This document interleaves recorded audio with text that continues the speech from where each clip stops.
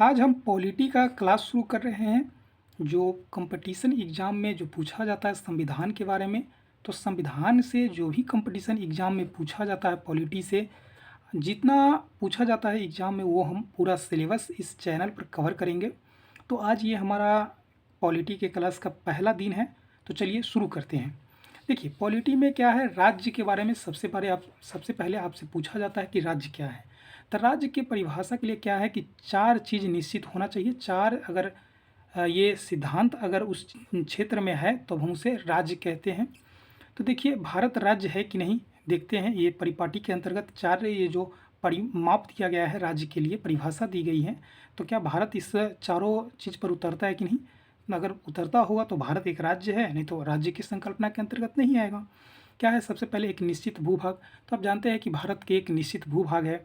दूसरी बात क्या है, सरकार। तो यहाँ पर भी जानते हैं कि सरकार होती गवर्नमेंट, जो शासन के लिए जिम्मेदार मतलब कि सरकार होती है। वो कानून बनाना हो या कानून को लागू करना हो, तो क्या है, सरकार की जिम्मेदारी होती है। तीसरा क्या है, संप्रभुता। संप्रभुता मतलब कि भारत पर मान लीजिए संप्रभुता का क्या अर्थ हो गया, कि भारत में संप्रभुता है कि नहीं। संप्रभुता का अर्थ होता है कि जिस क्षेत्र पर वहाँ के सरकार द्वारा कानून बनाया जाता हो, निर्माण किया जाता हो, दूसरे सरकार के द्वारा यानी कि दूसरे क्षेत्र के सरकार के द्वारा अध्यारोपित कानून न लागू हो, दूसरे क्षेत्र के सरकार के द्वारा वहाँ के शासन प्रशासन न देखा जाता हो, तो संप्रभुता कहलाती है। जैसे भारत में देख लीजिए, भारत में संप्रभुता है क्योंकि यहाँ पर जो कानून बनती है वो भारत सरकार बनाती है। जो कानून लागू किया जाता है भारत सरकार के द्वारा लागू किया जाता है, ना कि कोई ब्रिटिश सरकार के द्वारा या अमेरिकी सरकार के द्वारा यहाँ पर कानून लागू किया जाता है। क्योंकि भारत सरकार के द्वारा निर्मित कानून को लागू किया जाता है, तो भारत क्या है, एक संप्रभु है। भारत स्वतंत्र है, कोई भी डिसीजन लेने में क्या है, भारत स्वतंत्र है, तो इसे हम संप्रभु कहते हैं। वहीं क्या है, जनसंख्या है। भारत की जनसंख्या आप जानते हैं कि विश्व में प्रथम स्थान पर अभी भारत की जो जनसंख्या है। इस प्रकार से क्या है, भारत एक राज्य के परिभाषा के अंतर्गत आता है, जहाँ पर निश्चित भूभाग हो, सरकार हो, संप्रभुता हो, जनसंख्या हो। अगर ये सब चारों विद्यमान होता है, उस क्षेत्र को हम राज्य कहते हैं। तो देखिए बिहार एक राज्य है कि नहीं है, तो जो हम देखते हैं, तो देखिए बिहार का क्या एक निश्चित भूभाग है, बिल्कुल है, निश्चित भूभाग है। बिहार की एक सरकार भी है, बिल्कुल सरकार है। और जनसंख्या भी बिहार में है, लेकिन बिहार में क्या है, संप्रभुता नहीं है। क्यों? क्योंकि संप्रभुता नहीं है। बिहार सरकार सभी कानून अपने मर्जी से बना करके लागू नहीं कर सकती हैं, क्योंकि कुछ कानून है जो केंद्र सरकार बनाती है और केंद्र सरकार लागू करती है। तो बिहार सरकार क्या है, केंद्र सरकार के अधीन है, संप्रभुता बिहार सरकार के अंतर्गत नहीं है। तो पॉलिटी में हम बिहार को क्या कहेंगे, एक प्रांत कहेंगे, न कि राज्य कहेंगे। तो राज्य और प्रांत में अंतर होता है। राज्य के अंतर्गत ये चारों चीज़ आना चाहिए। बिहार क्या है, एक प्रांत है, लेकिन भारत क्या है, भारत एक राज्य है। क्योंकि भारत में संप्रभुता निहित है, बिहार में संप्रभुता नहीं है। क्योंकि बिहार सरकार सभी कानून अपने मन से बना करके लागू नहीं कर सकती हैं, क्योंकि कुछ कानून हैं जो केंद्र सरकार के यहाँ पर चलते हैं। तो इस प्रकार से बिहार क्या है, एक प्रांत है, जबकि भारत क्या है, एक राज्य है। तो इस प्रकार से आप इस परिकल्पना की, हम राज्य की परिभाषा के बारे में सबसे पहले समझे हैं। देखिए अब संविधान। तो संविधान क्या होती है, सम जोड़ विधान। सम मतलब होता है बराबर, विधान का अर्थ होता है कानून। जहाँ पर सबके लिए बराबर कानून हो उसे संविधान कहते हैं। और संविधान के कई सारे प्रकार होते हैं, तो चलिए समझते हैं कौन कौन से प्रकार संविधान के हैं। सबसे पहले क्या है, लिखित संविधान। तो लिखित संविधान सिंपल सी बात है, जिस संविधान को एक किताब के फॉर्म में लिखा गया हो और बाइंडिंग किया गया हो उसे लिखित संविधान कहते हैं। जैसे भारत का संविधान है, यूएसए का संविधान है, फ्रांस का संविधान है। आप जानते हैं कि लिखित संविधान है जो विश्व में पहला लिखित संविधान हो, जो यूएसए का संविधान था। यूएसए का संविधान है जो विश्व का पहला लिखित संविधान था। वहीं देखिए दूसरा है क्या, अलिखित संविधान। अलिखित संविधान का मतलब होता है कि कोई लिखा तो गया हो कॉपी में, किताब में, लेकिन क्या है, उसका बाइंडिंग एक जगह नहीं किया गया हो, उस पर मेनली संविधान का टैग नहीं लगा हो, उसे अलिखित संविधान कहते हैं। तो विश्व में ब्रिटेन का संविधान है जिसे अलिखित संविधान का दर्जा दिया गया है। वहीं क्या है, देखिए संविधान के प्रकार के अंतर्गत ही हम देखते हैं। तो क्या होता है, एक कठोर संविधान होता है, कठोर संविधान और लचीला संविधान। तो कठोर संविधान का अर्थ क्या होता है कि वैसा संवैधानिक प्रावधान वहाँ के, जिस संविधान में कोई प्रावधान है उसको संशोधन करना कठिन होता है, उस संविधान को कठोर संविधान कहते हैं। लचीला संविधान क्या होता है, जहाँ पर संवैधानिक संशोधन आसानी से किया जा सकता है, उसे सरल संविधान कहते हैं, लचीला संविधान कहते हैं। उस जैसे मान लीजिए कठोर संविधान कहाँ का है, तो यूएसए का जो संविधान है वो कठोर संविधान के अंतर्गत आता है। उसका एग्जाम्पल देखिएगा कठोर संविधान का, तो यूएसए का, ब्राज़ील का जो संविधान है वो कठोर संविधान के अंतर्गत आता है। वहीं सरल संविधान है कहाँ का, ब्रिटेन का संविधान है। ब्रिटेन का संविधान इतना लचीला है या इतना सरल है कि वहाँ पर कहा जाता है कि सिर्फ नेचुरल को चैलेंज न किया जाए, अगर नेचुरल को छोड़ दिया जाए चैलेंज को, तो वहाँ पर सभी कुछ संसद है जो कर सकती हैं। यानी कि कहा जाता है, एक वहाँ का प्रसिद्ध कथन है कि महिला को पुरुष और पुरुष को महिला न बना करके वहाँ के संविधान बाकी सब काम कर सकती है वहाँ की संसद। वह इसीलिए वहाँ की क्या है, कानून सरल है, जब मन होता है तब वहाँ संशोधन किया जा सकता है।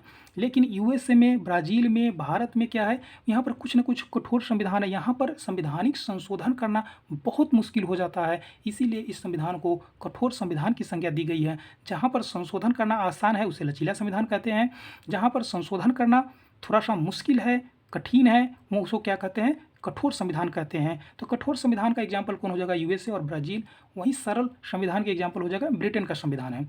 और भारत का संविधान क्या है, दोनों का मिश्रण है। दोनों का मिश्रण कहने का मतलब है कि कुछ ऐसा प्रावधान है जो बहुत कठोर है, इसको संविधान में संशोधन करना, और कुछ ऐसा प्रावधान है जो बहुत सरल है, संविधान में संशोधन कर देना। तो दोनों का कठोर और लचीला दोनों का मिश्रण है भारत के संविधान में। जैसे मान लीजिए क्या कठोर है और क्या लचीला है। जैसे भारत के किसी भी राज्य को दो भाग में बांटना है तो संवैधानिक संशोधन नहीं माना जाता है, लेकिन आसानी से कर लिया जाता है।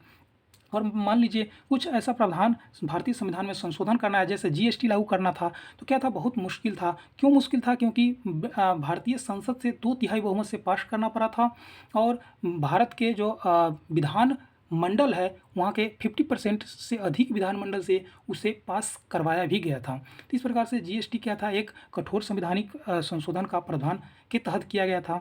और जैसे मान लीजिए राज्य का बंटवारा हो, राज्य का नाम परिवर्तन हो, राज्य का सीमा परिवर्तन हो, तो ये सब क्या है, एक साधारण बहुमत से और साधारण तरीका से संशोधन कर दिया जाता है संविधान में। तो इस प्रकार से भारत क्या है, भारत का जो संविधान है कठोर और लचीला दोनों संविधान का उदाहरण है। चलिए देखिए, अब राज्य का प्रकार क्या होता है। अभी हम राज्य के बारे में पढ़े थे, राज्य की परिभाषा क्या है। अब उस प्रकार से देख रहे हैं कि राज्य के प्रकार क्या है। राज्य के प्रकार में आता है, एक आता है सत्तावादी राज्य, दूसरा आता है लोकतांत्रिक राज्य। सत्तावादी राज्य जहाँ पर क्या है, राजतंत्र है। सत्तावादी राज्य कहाँ था, पहले देखने को मिलता था जहाँ पर राजतंत्र का मतलब होता है कि राजा की इच्छा ही वहाँ का शासन व्यवस्था होगा, राजा की इच्छा ही वहाँ की कानून होगी, तानाशाही प्रवृत्ति होगा। राजतंत्र में क्या होती है कि राजा जो मन हो गया वो कर दिया, कानून कोई लिखित निश्चित नहीं होता है, जो सज़ा मन होती है जो सुना दिया जाता है। तो क्या होते हैं, सत्तावादी राजतंत्र का उदाहरण हो जाता है, जहाँ पर राजा ही सब कुछ है। जैसे वहाँ पर कार्यपालिका, विधायिका और न्यायपालिका तीनों का तीनों राजा होती हैं, तो उसे सत्तावादी राजतंत्र कहते हैं। वहीं लोकतांत्रिक राज्य क्या कहलाता है, जहाँ पर जनता का शासन हो, जनता के द्वारा शासन हो और जनता के लिए शासन हो, तो ये क्या कहलाता है, लोकतांत्रिक राज्य कहलाता है। जहाँ पर सत्तावादी राजतंत्र है वहाँ पर क्या होगा, राजतंत्र होगा, वहाँ पर राजा ही सब कुछ होंगे, कार्यपालिका, विधायिका, न्यायपालिका। लेकिन जहाँ लोकतांत्रिक राज्य होगा वहाँ पर क्या होगा, जनता का शासन, जनता के द्वारा शासन और जनता के लिए शासन। ये क्या कहलाएंगे, ये लोकतांत्रिक राज्य कहलाएंगे। तो इस प्रकार से राज्य के प्रकार में राज्य की परिभाषा हम देखे हैं, राज्य के प्रकार देखे हैं। तो चलिए आगे देखते हैं। लोकतांत्रिक जो राज्य है, जनता का शासन, जनता के द्वारा शासन और जनता के लिए शासन, ये अब्राहम लिंकन का ये स्टेटमेंट था, और ये लोकतंत्र में काफ़ी प्रसिद्धि प्राप्त ये जो स्टेटमेंट है। देखिए अब हम इसका डिफाइन करते हैं कि इसको क्या, जनता के द्वारा शासन क्या होती है, जनता के लिए शासन क्या होता है। तो देखिए जनता के द्वारा शासन का मतलब होता है कि जहाँ जनता स्वयं हिस्सा लेता है। दो प्रकार की ये भी होता है, जहाँ जनता स्वयं हिस्सा लेता है, जहाँ जनमत संग्रह की व्यवस्था होती है। मान लीजिए कोई भी कानून आया तो उस पर क्या होती है, जनमत संग्रह कराया जाता है, क्या है कानून आनी चाहिए नहीं आनी चाहिए, या कोई भी व्यवस्था लागू होता है तो वहाँ पर क्या है, जनता के द्वारा जनता से सहमति लिया जाता है। तो वो क्या होते हैं, प्रत्यक्ष लोकतंत्र का उदाहरण होता है, जहाँ जनता स्वयं भागीदारी होता है। तो वो कौन सा देश में देखने को मिलता है, तो स्विट्जरलैंड में इस प्रकार के उदाहरण अभी हमें देखने को मिलता है, जहाँ जनता है जो स्वयं अपने कानून के द्वारा कोई विधि है जो खुद तैयार करता है, उसमें क्या है, खुद भाग लेता है। तो वो कौन सा लोकतंत्र कहलाएगा, तो जनता के द्वारा जो शासन होता है तो उसे सहभागी लोकतंत्र कहते हैं, जहाँ जनमत संग्रह की व्यवस्था है, जिसे रिफरेंडम के द्वारा कोई भी कानून को स्थापित किया जाता है। वही है, एक क्या होता है, प्रतिनिधि भाग लेता है। जैसे भारत में क्या है, भारत में कोई भी कानून आता है तो जनता खुद उस पर वोटिंग नहीं करता है। क्या है, हम लोग एक एमएलए और एमपी को चुन करके लोकसभा और विधानसभा में भेज दिए हैं, कोई भी कानून है वो हमारे लिए वो खुद बनाते हैं। तो इसको हम बोलते हैं प्रतिनिधि लोकतंत्र, यानी कि हम खुद कोई भी चीज़ में भागी नहीं है कानून बनाने में, लेकिन हमारे द्वारा जो भेजा गया व्यक्ति है वो कानून वहाँ पर बना रहे हैं, तो उसे बोलते हैं हम लोग प्रतिनिधि लोकतंत्र बोलते हैं। लेकिन जहाँ पर जनता स्वयं भाग लेते हैं उसे सहभागी लोकतंत्र कहते हैं। जहाँ पर जनता प्रतिनिधि के द्वारा भाग लेती है तो उसे क्या बोलते हैं, प्रतिनिधि लोकतंत्र बोलते हैं। इसका देखिए होता है एक व्यक्ति एक मत। जैसे जब प्रतिनिधि लोकतंत्र में क्या होती है कि आप एक वोट करते, एक वोट का आप भागीदारी होंगे। आप एक वोट है, जो कोई भी व्यक्ति हो, धनी हो, गरीब हो, अमीर हो, उससे कोई लेना देना नहीं है। वो एक व्यक्ति एक मत उसका अधिकार होता है, जिसे हम वोटिंग राइट कहते हैं, जो हमें अधिकार मिला हुआ संविधान के द्वारा। वहीं देखिए क्या है, विकल्प चुनाव में अधिक होता है। प्रतिनिधि लोकतंत्र में क्या है, बहुत सारे विकल्प होता है चुनाव में। जब आप पार्टी इलेक्शन लड़ती है, विधानसभा का हो या लोकसभा का, तो उसमें बहुत सारे पार्टी है जो चुनाव लड़ती है और हमें विकल्प होता है कि हम किस पार्टी को वोट दें। तो ये सब क्या कहलाता है, प्रतिनिधि लोकतंत्र के अंतर्गत आता है, जो जनता के द्वारा शासन होता है। तो चलिए आगे हम देखते हैं। देखिए कुछ स्टेटमेंट है, महत्वपूर्ण स्टेटमेंट है, देख लीजिए। आर्थिक लोकतंत्र के बिना राजनीतिक लोकतंत्र बहुत लंबा नहीं चलेगा। ये जवाहरलाल नेहरू का स्टेटमेंट था कि आर्थिक लोकतंत्र के बिना राजनीतिक लोकतंत्र बहुत लंबा नहीं चलेगा। जवाहरलाल नेहरू जी का स्टेटमेंट था। वहीं बी आर अम्बेडकर साहब का स्टेटमेंट था कि सामाजिक लोकतंत्र के बिना राजनीतिक लोकतंत्र बहुत लंबा नहीं चलेगा। तो ये एग्जाम में कई बार पूछा गया है इस प्रकार से स्टेटमेंट, तो हम इसे बीच में कोट करके लिखे हुए हैं। चलिए नेक्स्ट देखिए, जनता के लिए शासन। देखिए जनता के लिए शासन क्या होता है, जनता के लिए शासन क्या है। तो जनता के लिए शासन ये भी हम दो प्रकार से देखते हैं, एक है अधिकार संपन्न, एक है अवसंरचना विकास। अवसंरचना का मतलब होता है इंफ्रास्ट्रक्चर विकास।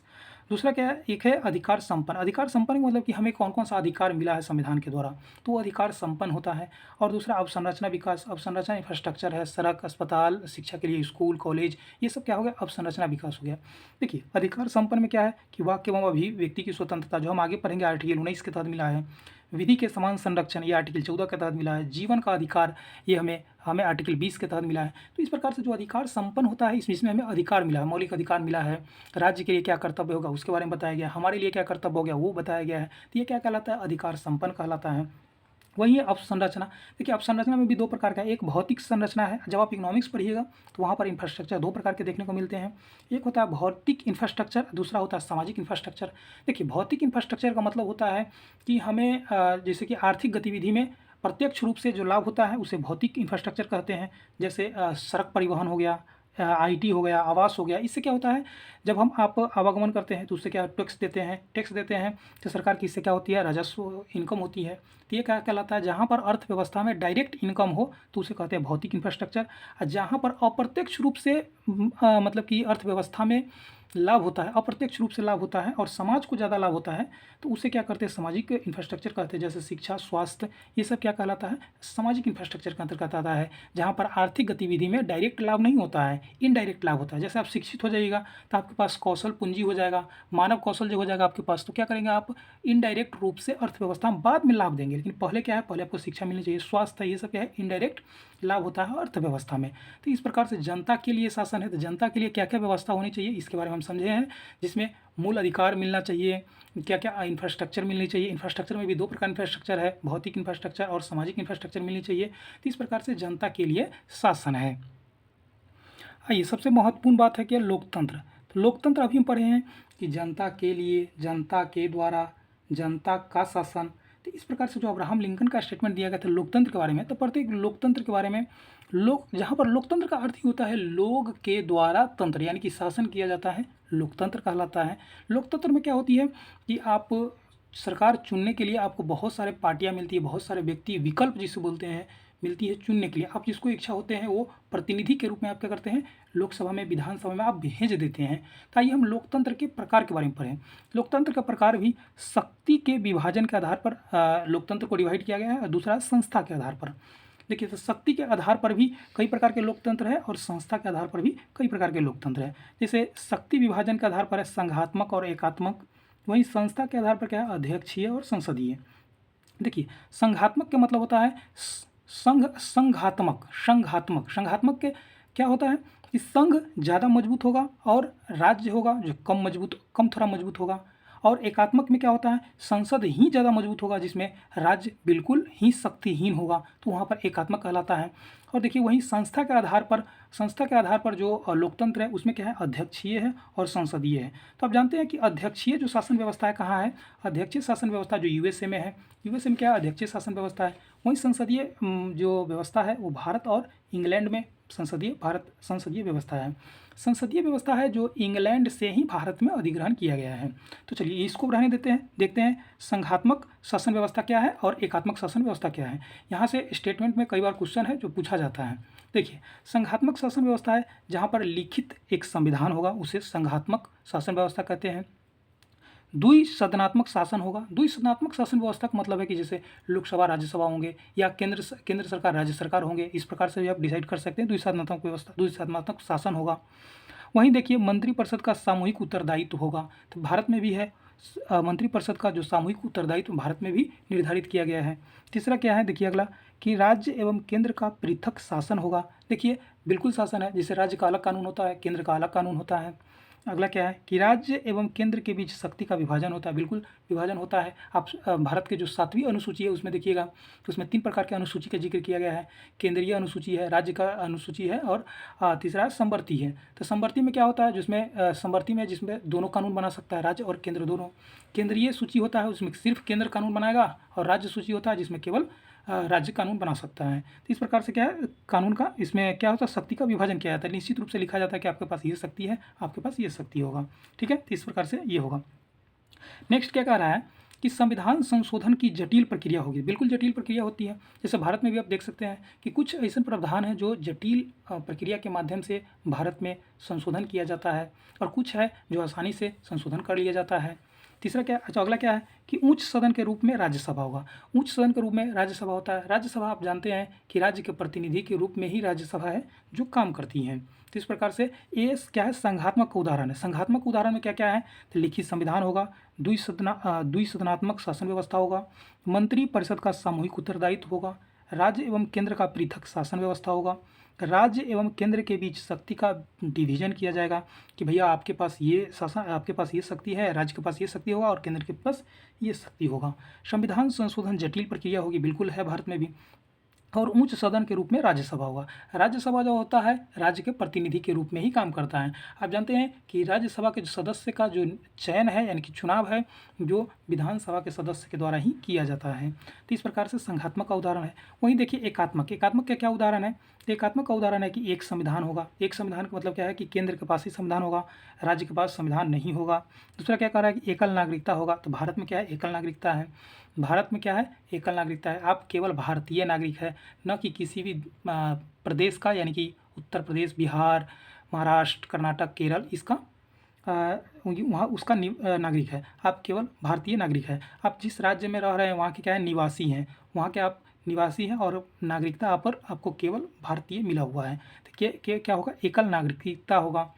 एकीकृत न्याय व्यवस्था, भारत में क्या है, एकीकृत न्याय व्यवस्था है। ऑल इंडिया सर्विस में होगा, मतलब एक केंद्रीय सेवा होगा जिसे हम ऑल इंडिया सर्विस में, भारत में क्या है 3 सेवा आता है, आईएएस, आईपीएस और आईएफएस आता है। ये क्या है, ऑल इंडिया सर्विस होता है, ये केंद्रीय स्तर का सेवा होगा। वहीं राज्यपाल की नियुक्ति की प्रक्रिया है जो क्या होता है, केंद्र का अधीन होता है। आपातकालीन उपबंध होता है और लिखित संविधान होता है। भारत में क्या है, लिखित संविधान है। भारत में आपातकालीन व्यवस्था है। राज्यपाल की नियुक्ति भारत में कौन करता है, तो राष्ट्रपति करते हैं, जिसमें केंद्र का अधिक शक्ति होता है। वहीं क्या अपशिष्ट शक्ति विषय संघ के पास होगा। तो भारत में भी जानते हैं कि जो अपशिष्ट विषय है किसके पास है, वो संघ के पास है। अपशिष्ट विषय का मतलब होता है जो 3 सूची होता है, केंद्र सूची, राज्य सूची और संवर्ती सूची, अगर तीनों में किसी भी प्रकार का विषय का जिक्र नहीं किया गया है तो क्या कहलाएंगे, अपशिष्ट शक्ति कहलाएंगे। और अपशिष्ट शक्ति पर कानून कौन बनाएगा, संघ बनाएगा। और क्या कहता है, शक्ति का विभाजन नहीं होता। देखिए एकात्मक के में क्या होता है, शक्ति का विभाजन नहीं होता है, लेकिन संघात्मक में क्या है, शक्ति का विभाजन होता है। और उसमें एकात्मक में क्या है कि संसद शक्तिशाली होती हैं।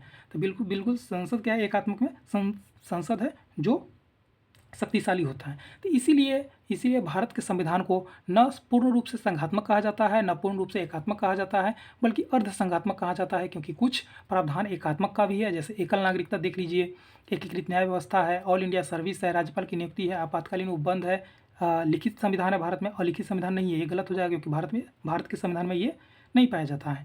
अवशिष्ट विषय किसके पास है? संघ के पास है, बिल्कुल है। शक्ति का विभाजन है भारत में, लेकिन यहाँ क्या कह रहा है? नहीं है। संसद है जो शक्तिशाली होगा, कुछ मामला में संसद है जो शक्तिशाली होता है, और कुछ मामला में है जो सब मिल करके कानून बनाते हैं। किसी भी कानून बनाने के प्रक्रिया में देखिएगा तो इस प्रकार से भारत क्या है? न पूर्ण रूप से एकात्मक है, न पूर्ण रूप से संघात्मक है। कुछ प्रावधान एकात्मक का है और कुछ प्रावधान है जो संघात्मक का है। तो इस प्रकार से भारत का क्या है? भारत की स्थिति है जो दोनों का मिला जुला रूप देखने को मिलता है। आइए अध्यक्षीय शासन व्यवस्था देखते क्या होता है। देखिए क्या होता है कि कार्यपालिका का चुनाव होता है, विधायिका का चुनाव होता है, अस्थायी तो मंत्री होती है, राष्ट्रपति ही देश का प्रधान तथा कार्यपालिका का प्रधान होता है। तो देखिए भारत में क्या है? तो भारत में कार्यपालिका की क्या होती है? जो हमारे मंत्री परिषद के जो व्यक्ति चुने जाते हैं वही क्या होते हैं? बाद में कार्यपालिका बन जाते हैं। लेकिन अध्यक्षीय शासन व्यवस्था में क्या है? कार्यपालिका और विधायिका का अलग अलग होता है। और अस्थायित्व मंत्री, भारत में ऐसा अस्थायित्व मंत्री का प्रावधान नहीं है। भारत में क्या है? राष्ट्रपति है जो कार्यपालिका के प्रधान होते हैं, और देश के प्रधान कौन होते हैं? तो वो प्रधानमंत्री होते हैं। लेकिन अध्यक्षीय शासन व्यवस्था में क्या है? अलग अलग होता है। तो इस प्रकार से ये अध्यक्षीय शासन व्यवस्था है। हम जानते हैं कि अध्यक्षीय शासन व्यवस्था कहाँ है? कि ये यूएसए अमेरिका में अध्यक्षीय शासन व्यवस्था देखने को मिलता है। वहीं भारत में क्या है? तो भारत में संसदीय व्यवस्था है जो ब्रिटेन से लिया हुआ है। तो ये कुछ शब्द है जो हम देखते हैं। देखिए परिसंघ, परिसंघ का क्या अर्थ होता है? परिसंघ का, जैसे कि दोनों का अगर इंग्लिश में अनुवाद कीजिएगा तो दोनों का अर्थ यूनियन ही होता है। इस परिसंघ और संघ दोनों का यूनियन ही होता है, लेकिन हिंदी में क्या लिखा था? परिसंघ और परिसंघ और संघ लिख देते हैं, लेकिन इंग्लिश में जब हम जिक्र करते हैं तो दोनों का यूनियन ही कहा जाता है। देखिए परिसंघ का अर्थ होता है कि शक्ति का विभाजन होता है, शक्ति का विभाजन होता है। संघ कमजोर होता है तथा राज्य शक्तिशाली होती है। अमेरिकी संविधान क्या है? परिसंघ लिखा है। अमेरिका संविधान में है जो परिसंघ का जिक्र किया गया है, जिसमें 50 राज्य है जो आपस में सहमति के माध्यम से क्या है? एकजुट हुए थे, और वहाँ पर कहा गया था कि अमेरिका है जो परिसंघ का उदाहरण होगा, जहाँ पर संघ कमजोर होगा और राज्य शक्तिशाली होगा। इस प्रकार से परिसंघ क्या होता है? जहाँ पर शक्ति का विभाजन होता है, जहाँ पर जो केंद्र होता है वो कमजोर होता है लेकिन राज्य शक्तिशाली होता है। लेकिन बाद में अमेरिकी संविधान में संशोधन करके यूनियन किया गया था, संघ संघ कर दिया गया था। और संघ का अर्थ होता है शक्ति का केंद्रीकरण होता है। केंद्रीकरण होता है शक्ति का, मतलब कि शक्ति है जो एक ही जगह सिमट के रह जाता है। जहाँ पर संघ क्या होता है? शक्तिशाली होता है, और राज्य कमज़ोर हो जाता है। जैसे भारत क्या है? भारत राज्यों का संघ है। यहाँ पर क्या है? संघ है, इसका मतलब क्या है? केंद्र शक्तिशाली हो जाएगा और राज्य क्या है? कमज़ोर हो जाता है। इसका अर्थ हो जाता है कि राज्य को जब चाहे तब संसद तोड़ सकता है, जोड़ सकता है, एक दूसरे को अलग कर सकता है। तो यहाँ पर क्या है? संघ शक्तिशाली होने की वजह से राज्य कमज़ोर हो जाती हैं। और वहीं पर परिसंघ में क्या होता है कि संघ बहुत ज़्यादा कमज़ोर होता है और राज्य शक्तिशाली होता है। लेकिन संघ में राज्य कमज़ोर हो जाता है और संघ शक्तिशाली हो जाता है। तो इस प्रकार से ये शब्द है परिसंघ और संघ है। लेकिन भारतीय संविधान में क्या है? तो भारतीय संविधान में संघ का उदाहरण है। भारतीय संविधान क्या कहा गया? आर्टिकल 1 में ही कहा गया है कि भारत है जो राज्यों का क्या एक संघ होगा, न कि परिसंघ होगा। परिसंघ अमेरिका में था, लेकिन बाद में उसे संशोधन करके फिर इसे संघ कर दिया गया है। इस प्रकार से कुछ शब्दावली हैं। आज ये हम कुछ शब्दावली देखते हैं जो संविधान के लिए काफ़ी महत्वपूर्ण होता है। देखिए संवैधानिक अगर शब्द कहीं पर लिखा है, संवैधानिक का अर्थ होता है कि जिस भी चीज़ का चर्चा संविधान में किया गया हो उसे हम संवैधानिक कहते हैं। गैर संवैधानिक में क्या अर्थ होता है कि संसद द्वारा बनाया गया संविधान, यानी कि संविधान में नहीं था लेकिन बाद में जोड़ा गया है, तो उसे गैर संवैधानिक कहते हैं।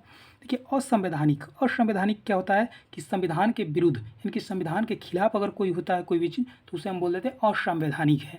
तो आप जान गए कि संवैधानिक का अर्थ हो गया कि संविधान में जिस भी चीज़ का चर्चा है उसे कहते हैं संवैधानिक प्रावधान। गैर संवैधानिक का मतलब होता है कि संसद द्वारा कानून बनाया गया हो जिस चीज़ पर, उसे हम बोल देते हैं गैर संवैधानिक है। लेकिन असंवैधानिक का अर्थ होता है कि जो संविधान के विरुद्ध अगर कोई भी चीज़ है तो उसे हम क्या बोल देते हैं कि असंवैधानिक है, ये संविधान के विरुद्ध है। तो चलिए आगे देखते हैं। कुछ इंपॉर्टेंट फैक्ट है जिसे हम देखते हैं। देखिए संविधान सभा की मांग है जो सबसे पहले 1895 में बाल गंगाधर तिलक के द्वारा रखा गया था। यानी कि संविधान सभा है कि संविधान का निर्माण किस प्रकार से होगा, इसके बारे में सबसे पहले मांग है किसके द्वारा रखा गया था? तो बाल गंगाधर तिलक के द्वारा 1895 में रखा गया था। पत्रिका के माध्यम से ये सबसे पहली बार कहते कि संविधान सभा के द्वारा भारत के संविधान है जो लिखा जाएगा। वहीं 1922 में महात्मा गांधी ने पुनः यह मांग रखी थी। और औपचारिक रूप से संविधान सभा का मांग है जो 1934 में वामपंथी नेता एम.एन. रॉय, मौनेन्द्र नाथ रॉय के द्वारा सबसे पहले रखा गया था। तो औपचारिक रूप से किसके द्वारा रखा गया था? तो 1934 में वामपंथी नेता है जो एम.एन. रॉय के द्वारा रखा गया था। वहीं 1935 में कांग्रेस ने भी यह स्वीकार किया था कि संविधान है जो संविधान सभा के द्वारा निर्माण किया जाएगा। तो कांग्रेस कब अपनाया था? याद रखेंगे 1935 में। वहीं देखिए 1939 में क्या था कि जवाहरलाल नेहरू ने भाषण दिया कि भारत का संविधान का निर्माण वयस्क मताधिकार के आधार पर चुनी गई संविधान सभा के द्वारा किया जाएगा। यानी कि 1939 में क्या था कि पंडित जवाहरलाल नेहरू एक भाषण दे रहे थे और उसमें कहे थे कि जो भारत का संविधान है वो वयस्क मताधिकार के आधार पर चुनी गई संविधान सभा के द्वारा किया जाएगा। इसका मतलब है कि लोग जो वयस्क हो चुके हैं, वोटिंग राइट उनको मिल चुका है, वो व्यक्ति संविधान सभा के लिए सदस्य का चुनाव करेंगे और उसके बाद भारत का संविधान उन लोगों के द्वारा किया जाएगा। तो इनके द्वारा था, ये पंडित जवाहरलाल नेहरू के द्वारा ये मांग की गई थी। वहीं देखिए 1940 में क्या अगस्त प्रस्ताव आया था। उस समय वायसराय कौन था? लीन लिथुआ था। कहा था कि संविधान सभा को मंजूरी दे दिया गया था। कब? 1940 में अगस्त प्रस्ताव के द्वारा। वहीं आप जानते हैं कि 1942 में जब क्रिप्स मिशन आया था तो उसमें कहा गया था कि भारत के संविधान निर्मात्री का एक सभा का गठन किया जाएगा। और बाद में 1946 में कैबिनेट मिशन आया, उसने संविधान सभा के गठन का रास्ता प्रावधान है जो सुनिश्चित कर दिया और संविधान सभा का गठन हुआ और भारतीय संविधान का निर्माण हुआ। तो इस प्रकार से भारतीय संविधान का निर्माण का रास्ता है जो यहाँ से प्रारंभ हो जाती है, मतलब भारतीय सुनिश्चित हो जाता है और भारतीय संविधान है जो संविधान सभा के द्वारा निर्माण किया जाता है। तो आज का ये क्लास यहीं पर रखते हैं। आगे की क्लास है जो हम भारतीय संविधान का संवैधानिक विकास पढ़ेंगे, उसके बाद है जो संविधान सभा के बारे में पढ़ेंगे, फिर प्रस्तावना, फिर अनुच्छेद 1 से लेकर के फिर जहाँ तक जो हमें इम्पोर्टेंट है वो क्लास का शेड्यूल तय करेंगे। तो आज के लिए यहीं पर जय हिंद, जय भारत। अगर आपको अच्छा लगे तो लाइक कीजिए, शेयर कीजिए, कमेंट कीजिए। जय हिंद।